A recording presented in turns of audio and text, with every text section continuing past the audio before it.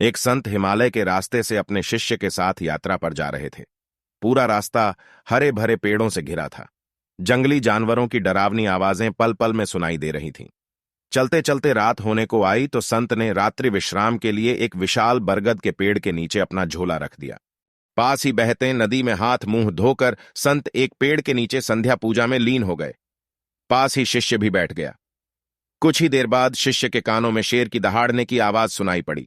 वह भय से थरथर कांपने लगा। तभी शेर उसे अपनी ओर आता हुआ दिखाई पड़ा। वह फुर्ती से पेड़ पर चढ़ गया। शेर पेड़ के नीचे आया।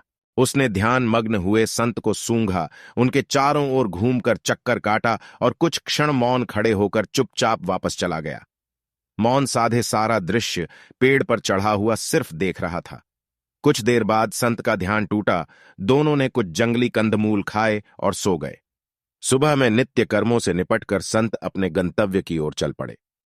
चलते चलते संत को उड़ती हुई एक मधुमक्खी ने डंक मार दिया। उनकी पीड़ा से एकदम कराह उठे। शिष्य ने तुरंत संत की ओर देखा और पूछा, आदरणीय गुरुदेव, जब संध्या के समय शेर आया और उसने आपके शरीर को सूंघा तो साक्षात मृत्यु का आभास पाकर भी आप तनिक भी नहीं घबराए, मगर एक छोटी सी मधुमक्खी के काटने पर ही आप विचलित हो गए। आखिर ऐसा क्यों? यह सुनकर संत ने शिष्य से कहा, जिस समय मैं ध्यान में था तो ईश्वर के साथ था। ईश्वर के साथ होने पर भला किस बात का डर, कैसी चिंता? हाँ, इस समय तू मेरे साथ है, इसलिए मेरी चीख निकल गई।